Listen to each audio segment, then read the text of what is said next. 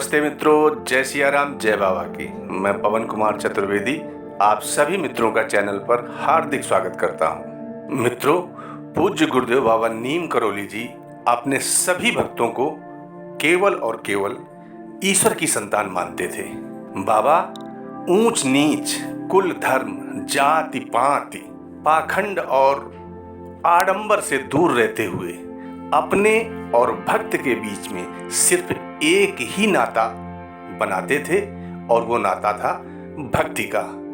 अर्थात बाबा अपने और भक्त के बीच में सिर्फ एक ही नाता जानते थे, भक्ति का नाता जानते थे। पूज्य गुरुदेव बाबा नीम करौली जी कहते थे, हम सभी उस परम शक्ति परमेश्वर की ही संतान हैं जिसे हम ईश्वर भी कहते हैं। मित्रों, ईश्वर के नाम भले ही अलग अलग हो सकते हैं, पर यथार्थ में ईश्वर तो एक ही है। उस एक ही ईश्वर को विभिन्न धर्मों में अलग अलग नामों से संबोधित किया गया है। सनातन धर्म में विभिन्न देवी देवताओं की परिकल्पना की गई है, पर वे सभी वस्तुतः एक ही परम ब्रह्म की विभिन्न शक्ति धाराएं हैं जो विभिन्न रूपों में अपना कार्य करती हैं। अब इसे ऐसे समझिए जैसे विद्युत शक्ति तो एक ही है, पर वह एक ही विद्युत शक्ति विभिन्न रूपों में कार्य करती दिखाई पड़ती है। जैसे वो विद्युत शक्ति हीटर से गर्मी पैदा करती है और वही विद्युत शक्ति रेफ्रिजरेटर के माध्यम से, कूलर के माध्यम से शीतलता पैदा करती है। कार्य अलग अलग हैं, नाम अलग अलग हैं, पर विद्युत शक्ति तो एक ही है। मित्रों, विभिन्न धर्मावलंबियों में ही नहीं, कभी कभी एक ही धर्म के विभिन्न पंथ संप्रदायों में भी ईश्वर व विभिन्न देवों के संबंध में विभिन्न धारणाएं, मत मतांतर देखने को मिलते हैं। पर आत्म साक्षात्कार, ब्रह्म साक्षात्कार हो जाने के बाद व्यक्ति सभी प्रकार के मत मतांतरों की चार दीवारी से बाहर निकलकर केवल और केवल उस एक ईश्वर का होकर रह जाता है। उसे सभी देवों में अपने ही इष्ट देव के दर्शन होने लगते हैं, उनमें कोई भेद दिखाई नहीं पड़ता है। मित्रों, इस संदर्भ में एक बहुत ही प्रेरक कथा है।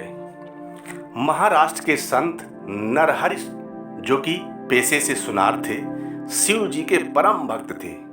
भगवान शिव में उनकी ऐसी अनुरक्ति थी कि वे किसी दूसरे देवता के मंदिर में नहीं जाते थे, वे मात्र शिव जी के मंदिरों में ही जाया करते थे। एक बार एक सेठ उनकी दुकान पर आया और उसने उन्हें बिठोवा अर्थात विट्ठल देवता के देवालय में चलकर उनके लिए सोने का कमरबंद तैयार करने को कहा। इसका प्रयोजन पूछने पर सेठ ने बताया कि उसे कोई पुत्र नहीं था और उसने मनौती की थी कि उसे पुत्र हुआ तो वह बिठोवा देवता को सोने का कमरबंद बना कर देगा। मगर नरहरि जी ने बताया कि वे शिव जी के अलावा किसी अन्य देवता के देवालय में प्रवेश नहीं करते, इसलिए वह किसी दूसरे सुनार के पास इस काम को लेकर चले जाएं। अब इस पर सेठ बोला कि उनके समान श्रेष्ठ सुनार और कोई नहीं है, इसलिए वह कमरबंद उन्हीं से बनवाएगा। अब तो बड़ी समस्या उत्पन्न हुई। नरहरि जी दूसरे देवों के मंदिर में जाना नहीं चाहते थे, अब क्या करें? तब सेठ बोले, मैं देवता का नाप ले आता हूं, उस नाप का कमरबंद आप अपनी दुकान में ही बना दीजिए, आपको मंदिर में जाने की आवश्यकता ही नहीं पड़ेगी। किसी तरह नरहरि जी ने इसे स्वीकार कर लिया। अब सेठ नाप लेकर आया और उस नाप का कमरबंद नरहरि जी ने बनाया, मगर पहनाने पर वह बड़ा मालूम पड़ा। तब दोबारा नाप लेकर उसे छोटा किया गया, परंतु इस बार पहनाने पर वह छोटा मालूम पड़ा।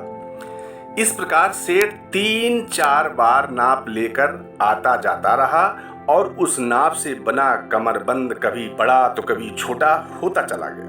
अंत में पुजारी और दूसरे लोगों ने सेठ जी को सलाह दी कि नरहरि अपनी आंखों पर पट्टी बांधकर बिठवा के मंदिर में आ जाएं और उनकी मूर्ति को छूकर स्वयं उसका नाप ले लेवें।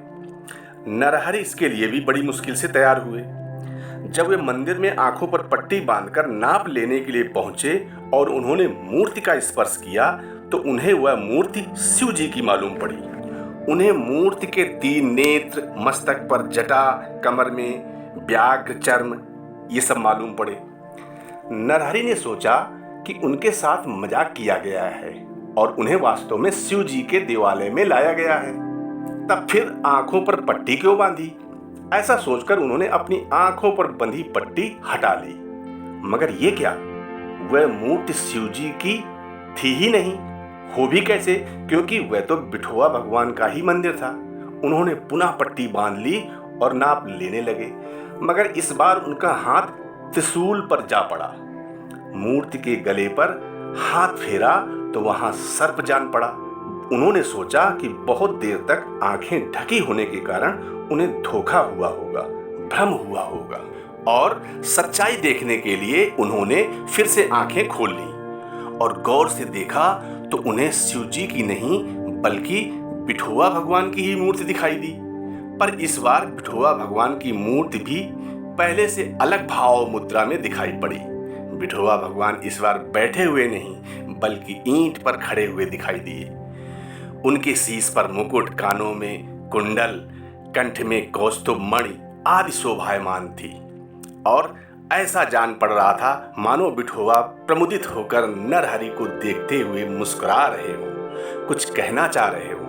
नरहरि ने फिर से आंखों पर पट्टी बांधने के लिए ज्यों ही अपना हाथ बढ़ाया कि तभी बिठवा की मूर्ति उन्हें शिव जी की प्रतीत होने लगी।